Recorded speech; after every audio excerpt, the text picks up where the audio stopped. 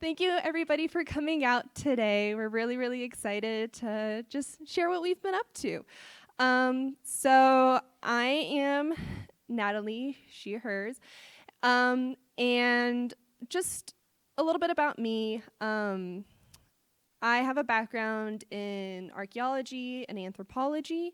I have a skill set in zooarchaeology, which is the study of animal bones in archaeology sites and looking at the human-animal interaction throughout time. It also is a skill set that allows me to identify animal bones, even if they're just little small fragments of things. And most recently, I got my master's degree in museum and field studies. I've been working in museums since 2019. And yeah, just really thrilled to be here working on the Jones Miller collection. Does this microphone work? Awesome. Okay. Hi, I'm Amy, she, her. I also have a background in anthropology and archaeology.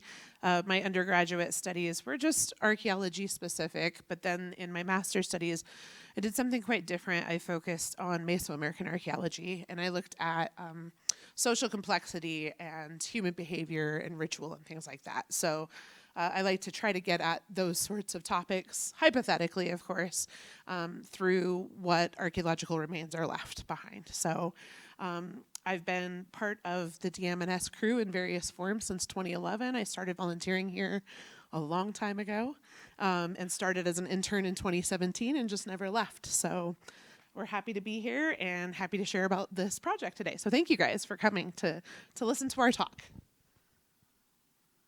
Okay, so let's get situated, first of all. The Jones Miller Archaeological Site was found in eastern Colorado. As you can see, it's way out there in the tri-state area.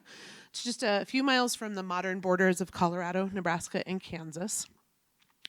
The site itself was discovered in the summer of 1972, and the name Jones Miller pays homage to the family who farms the land, the Jones family, who still farm the land today. Along with the first person that came to survey and test the site archaeologically, and that was Jack Miller. He was a former CSU anthropology professor and a friend of the family, the Jones family. So once excavations began in earnest, the principal investigator, Dennis Stanford, arranged for the collection that was excavated at the site to be held here legally at DMNS. We all know that we did not get the Avenir Collection Center until the 2000s, the teens. So it went with Dennis to the Smithsonian on a long-term loan. So here's a view of the site today. This was last summer. We got the opportunity to go out with the teen science scholars to visit the site and Dr. Aaron Baxter. So again, back in 72, Robert Jones Jr., he was extending irrigation in this field for their work that they were doing and came across some bone. There's no surprise to find bone in a field, of course, it happens, but he found a thick concentration of bone, so he knew that this was not a normal situation. He reached out to Jack Miller at that point, and Jack Miller came out to place a test trench across the site to determine the extent of how big this bone bed actually was. Quickly realizing in 72 the massive size of the site and understanding the volume of work that would be necessary to further investigate and excavate a site of this size, Miller decided to reach out to his colleagues, and through this network, it's how it came to be that Dennis Stanford became the PI of the site. He had just been appointed his position at the Smithsonian, so they helped to fund the project, but most of the funding came through National Geographic. And this allowed Stanford and his team to get together. They ended up working at the site for quite a few months during the summers and in 74 and 75 into the autumns of 1973, 1974, and 1975. And during this time, they excavated 100% of the site. That does not tend to be common archaeological practice at sites, unless there's something that's threatening the site, like development or a road coming through or field irrigation that needs to be done. So with the Jones request, 100% of the site was excavated over those 3 years. So starting the earnest work in 1973, the topsoil, the overburden, was removed from the bone bed, and the site was then divided into a grid system. And here one of the project team is working on just one of the grid squares. I'm going to explain that grid system in depth in just a few more moments. But people working on these different grid units went ahead, they would excavate, assign field numbers to each individual exposed bone. The bones were photographed in situ, they were mapped, they were documented in detail, and then they were removed. And this numbering system that follows through with our conservation, or not our conservation, I apologize, our collections work today, carries through into what we're doing with the project now. So the highest level or the topmost bone would be assigned number 1, and that would continue sequentially down into the strata as we went deeper and deeper into the bone bed and the matrix. So at a site of this size, some of the excavation units, this is one excavation unit, positively overflowing with bison bones. So in these instances, these field numbers were assigned and they were excavated by microstrata, so just a much slower than the larger chunks of archaeology that we talk about, a really slow process that goes down just sometimes centimeters, sometimes millimeters at a time. So everything would be numbered that was exposed, documented, photographed, all of that removed, and then that process would start again and they would go through the bone layers like that.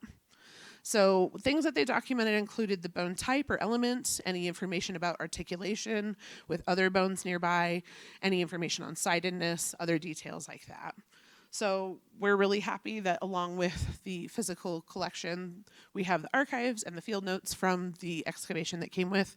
And there's a really strong documentation at this site.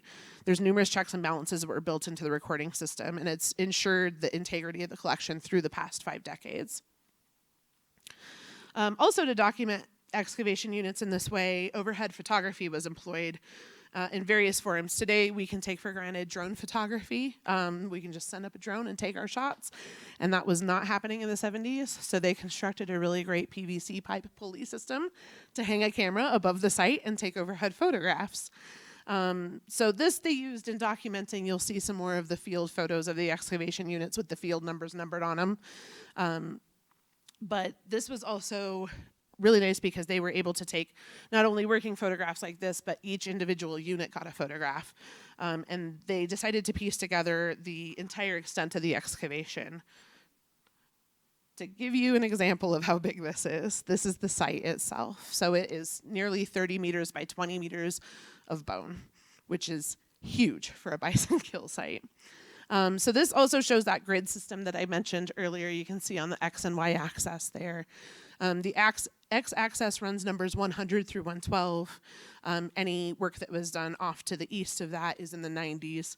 And then the Y axis runs A through P. So our excavation units then, of course, are A101, A102, A103, et cetera. And then B101, B102, et cetera. So each of these excavation units was, again, 2 by 2 meters in size, and along with the bones that were recovered, projectile points, debitage, shell, microfauna, canine remains, charcoal, and soil samples were all excavated and collected too. So next, Natalie's going to share more about the bison found at the site. So, well, by looking at the site itself, it looks like it's mostly bison bones, right? So we might as well talk about the bison.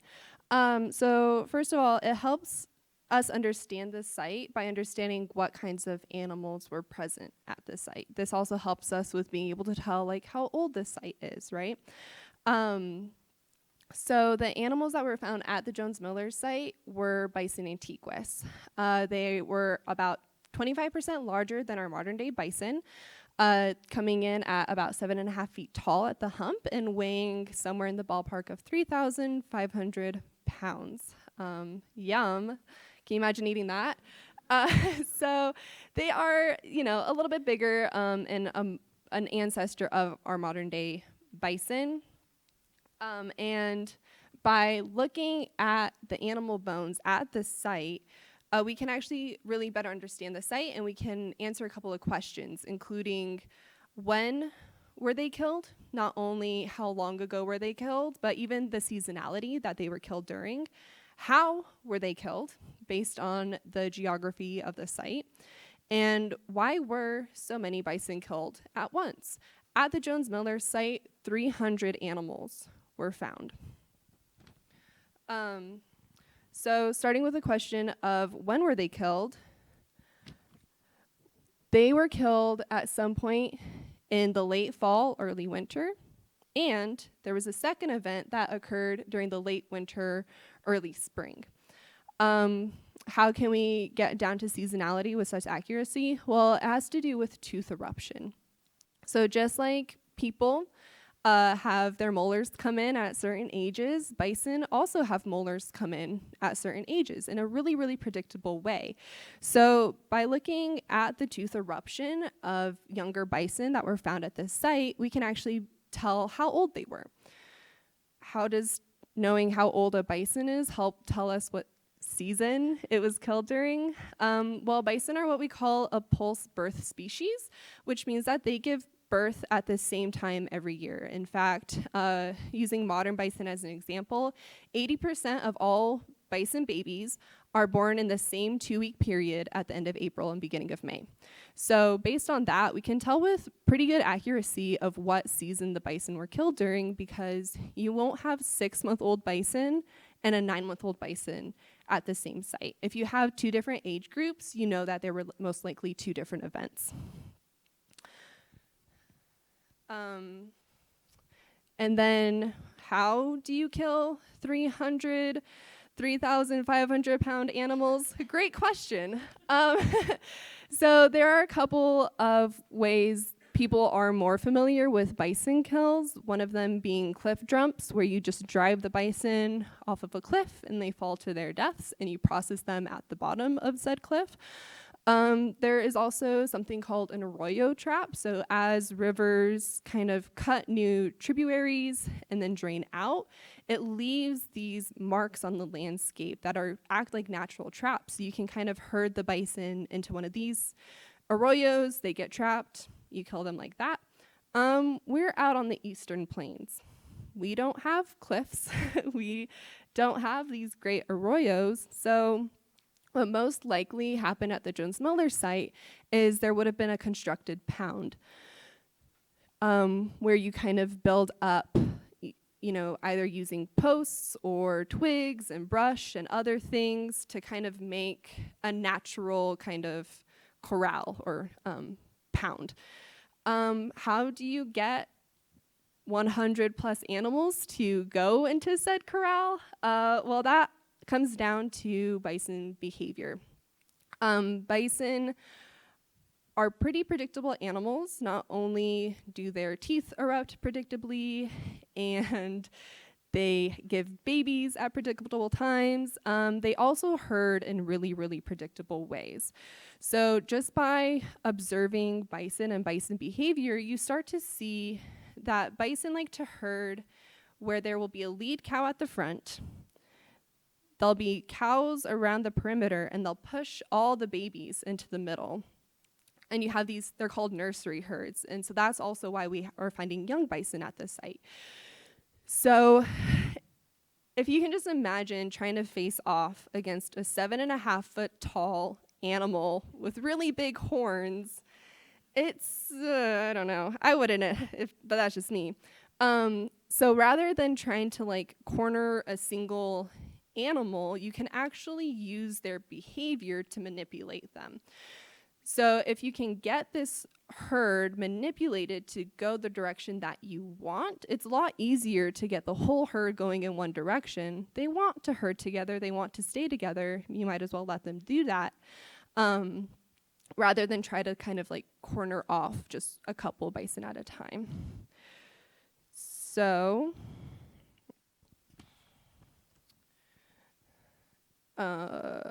sorry, I lost my train of thought.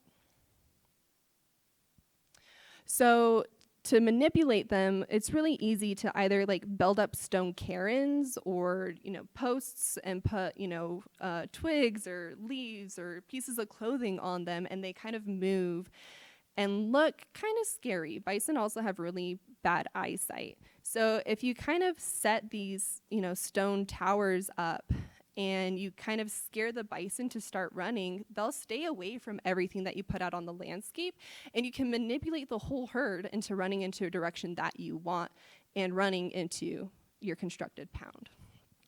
So that's just some of the things that we can answer by looking at the bison themselves.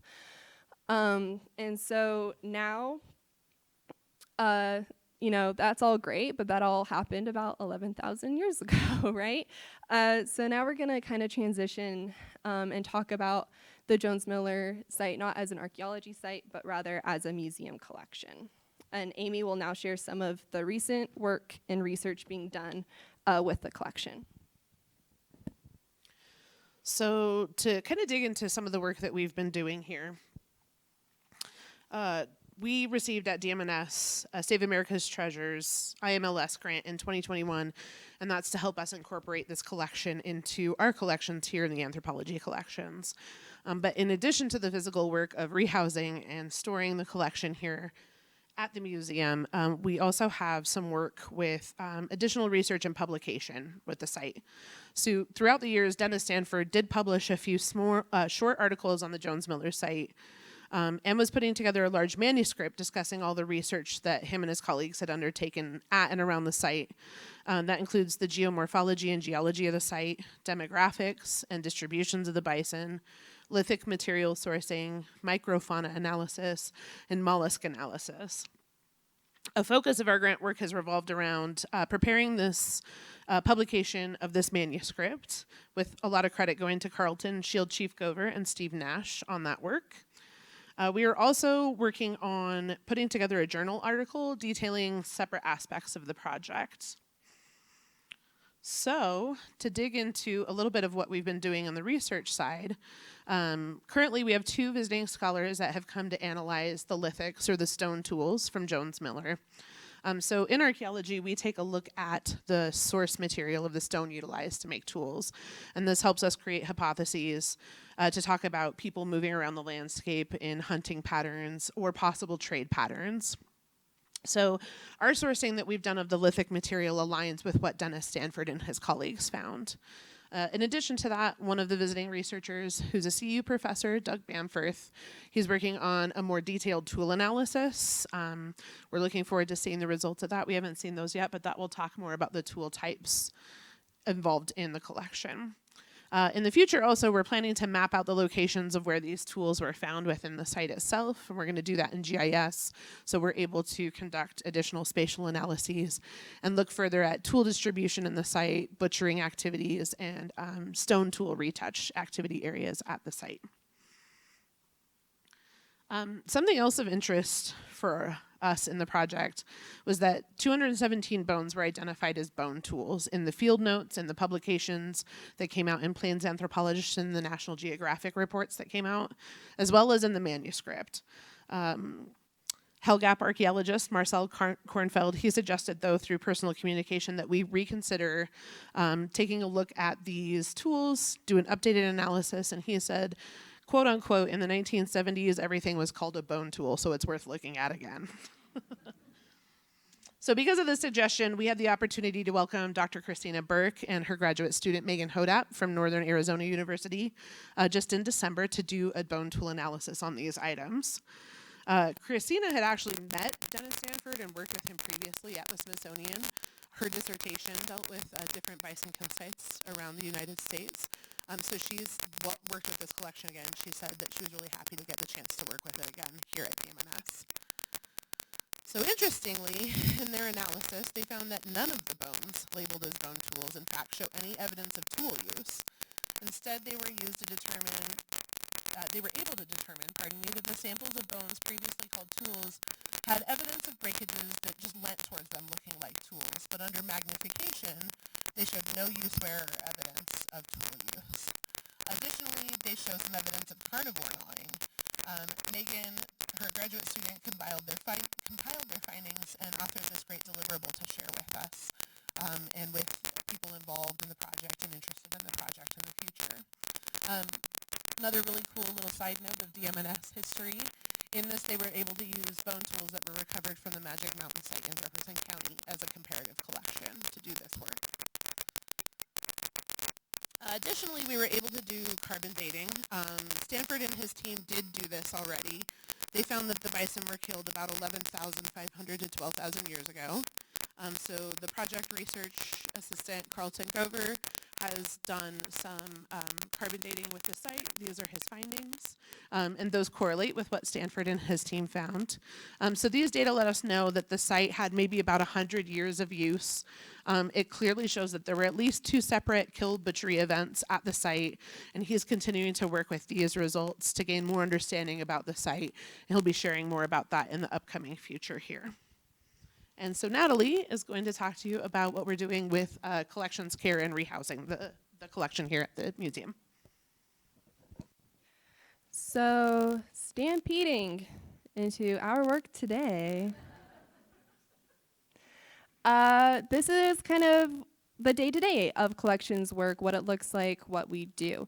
So, as we talked about a little bit, the collection was originally at the Smithsonian being held for us. I mean, the Smithsonian really did DMNS a huge favor. We simply did not have the space for this collection.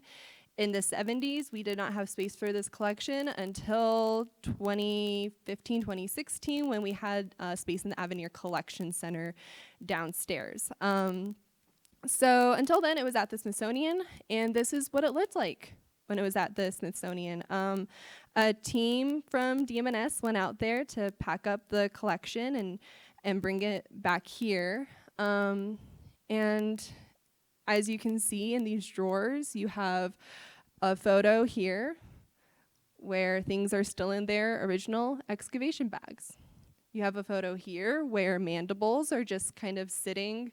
You can see pieces of them actually breaking off. So this is not ideal collections care. It is the reality a lot of the time just because of staff and funding. And it was also our responsibility, right? And we couldn't take it until recently. So we had our wonderful team pack it up and bring it back here to DMNS. And this is what it looked like when we got it back here. In 2021, we were able to get a Save America's Treasures grant to actually proceed and do the work that we are doing today in terms of caring for it. So what does that mean when I say we're caring for the collection? Well, there's 2 steps. The first is rehousing. It is taking these bones out of boxes, taking them out of their original excavation bags, and putting them into something that we call archival. So we use a couple of different methods, and I'll kind of go over all of them. But the 4 main ones that we're using for Jones Miller is cavity mounts, bags, tissue, and Tyvek pillows. The second part of caring for the collection is cataloging it. This is putting all of the information and data that we get from each and every bone into our database so that not only is the physical bone being preserved, we're also preserving all of the data that we get from them. So we were talking about these numbers that are getting written on the bones in the field, the field numbers, right?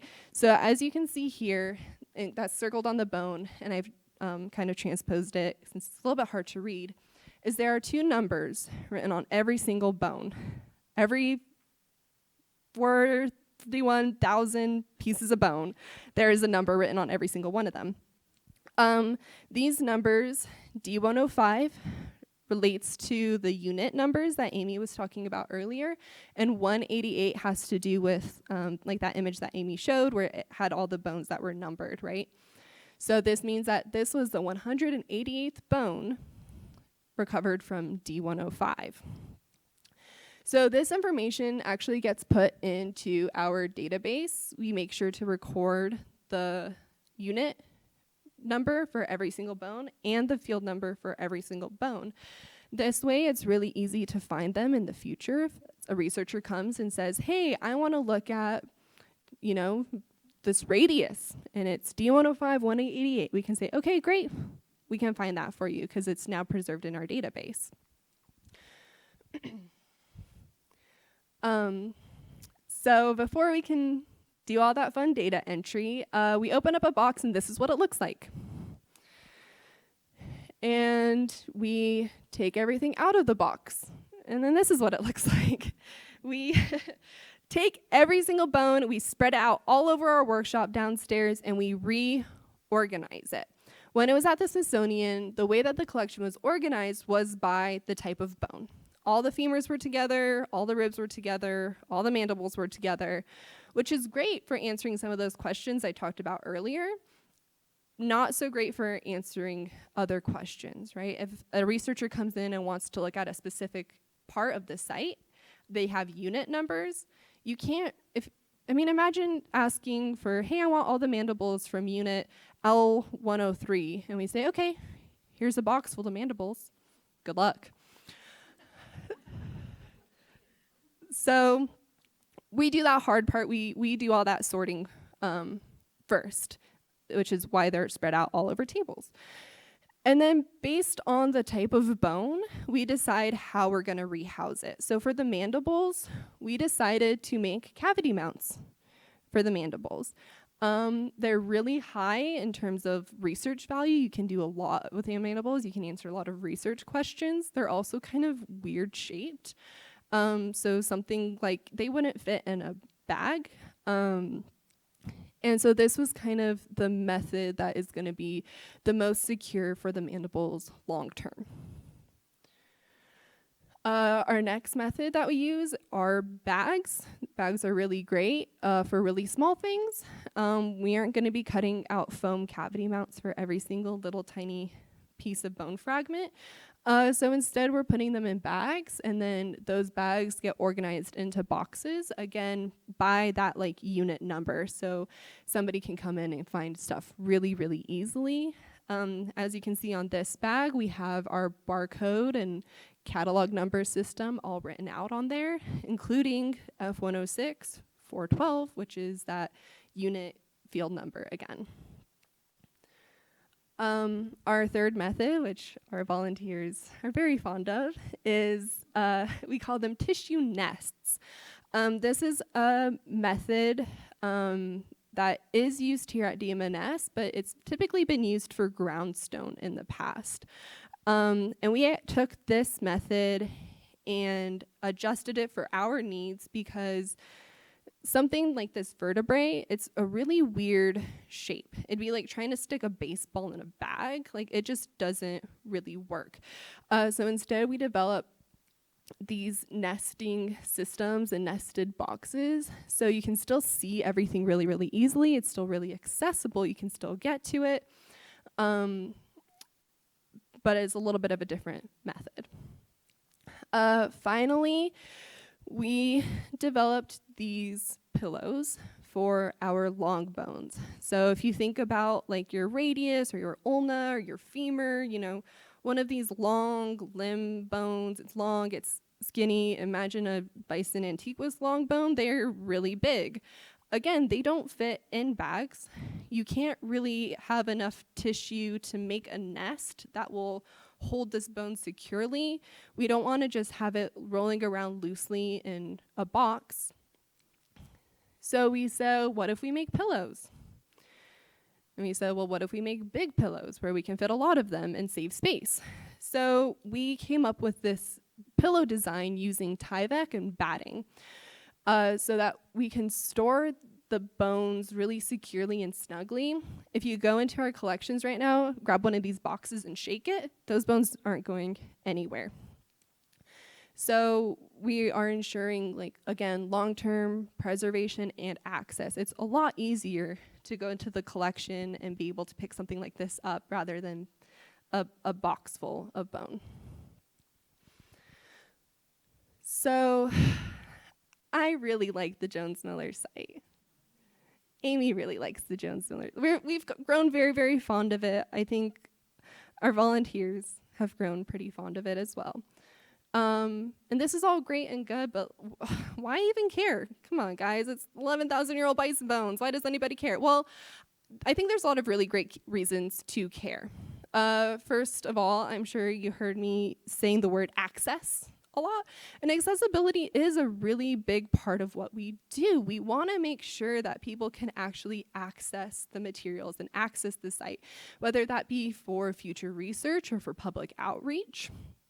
By preserving the physical object along with the data, we are ensuring that access for the future, for perpetuity. Which brings us to preservation of data, of course, right? If we are not recording this information now, it could be lost. There are already bones in the collection where we look at them and they've been broken. The numbers are no longer legible. The numbers are missing because the bone has been broken, whether in excavation or transport. So the longer we wait, the more data we will lose.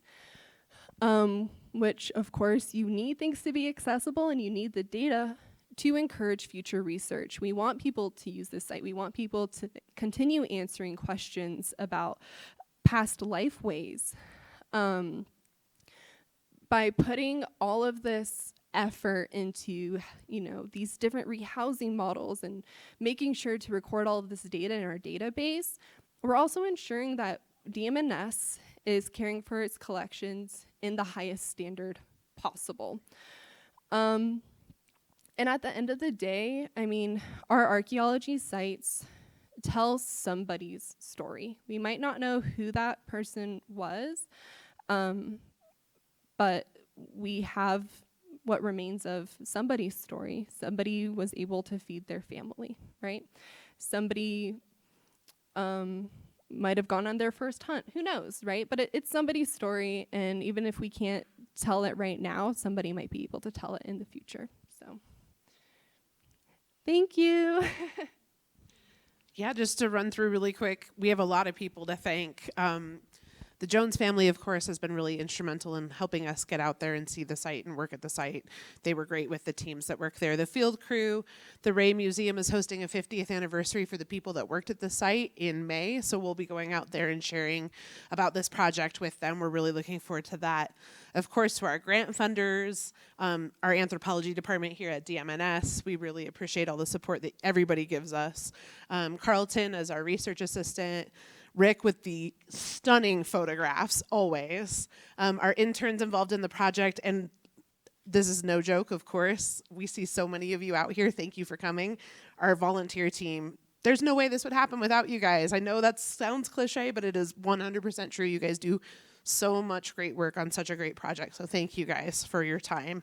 And thank you for everybody else for coming to hear about the project today.